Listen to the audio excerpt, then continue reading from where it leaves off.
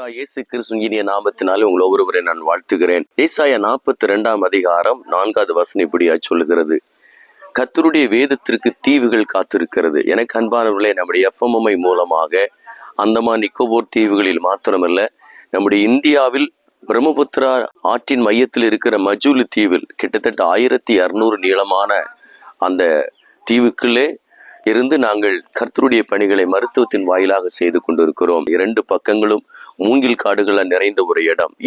இது ஒரு தீவான ஒரு பகுதி. எனக்கு அன்பானவர்களே, இந்த மக்கள் மத்தியில மிஸ்ஸிங் என்கிறதான அந்த எழுத்து வடிவத்தை கொண்டு வர வேண்டும். அதற்காக நீங்கள் செபிக்க வேண்டும். 250 ஆண்டுகளுக்கு முன்பதாக தமிழகத்தில் மிஷினரிகள் வந்தபடியினால் நமக்கு வேதாகம் கிடைத்தது, வேத வசனம் கிடைத்தது.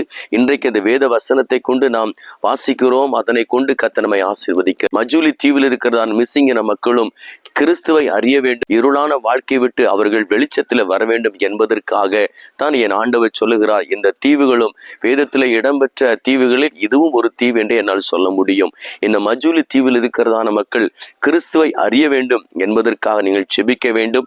என்னை பொறுத்தவரை என்னுடைய உள்ளத்தில் ஒரு பெரிய பாரம், இந்த மஜூலி மிஸ்ஸிங் என மக்களுக்கு மிஸ்ஸிங்ல வேத வசனங்கள் பைபிள் அச்சடிக்கப்பட வேண்டும்.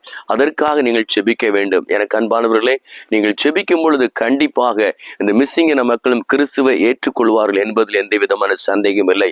எப்படியாலும் இந்த மக்கள் கிறிஸ்துவை அறிய வேண்டும். நாங்கள் இப்பொழுது மருத்துவத்தின் மூலமாக, டியூஷன் அண்ட் நியூட்ரிஷன் மூலமாக இந்த ஊழியத்தை செய்து கொண்டு வருகிறோம்.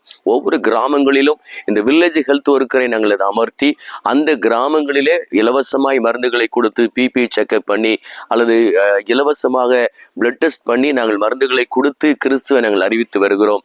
ஃப்ளட்டான வருஷத்துல 4 முறை ஃப்ளட் வந்துவிடும்.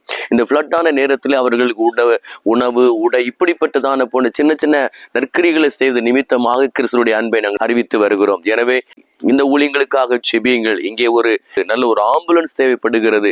ஏனென்று சொன்னால் இந்த வியாதிப்பட்ட மக்களை மேற் சிகிச்சைக்காக கொண்டு செல்ல வேண்டும் என்றால் கிட்டத்தட்ட 250-300 கிலோமீட்டர் அவுட்டில் இருக்கிறதான மருத்துவமனை கொண்டு செல்ல வேண்டும். இங்கிருந்து ஒரு 2 வீலர்ல வச்சு கொண்டு போய் ஆற்றின் பக்கத்துல கொண்டு போய் அங்கிருந்து போட்டை பிடித்து போட்ல இருந்து நாம் ஒரு ஆம்புலன்ஸை ரெடி பண்ணி கொண்டு போனால் மாத்திரமே அந்த வியாதிஸ்தரை நாம் காப்பாற்ற முடியும். எனவே எங்களால் முடிந்த வரைக்கும் நாங்கள் ஒரு சிறிய அளவிலே மருத்துவமனை கட்டி இன்றைக்கு கிறிஸ்துவை நாங்கள் அறிவித்து வருகிறோம். இப்படிப்பட்ட இடத்திலே நற்கிரிகள் மூலமா தான் கிறிஸ்துவை நாம் அறிவிக்க முடியும். அதுல பாருங்க, மருத்துவத்தின் மூலமாக மிக எளிதான முறையில கிறிஸ்துவை எங்களால் அறிவிக்க முடிகிறது.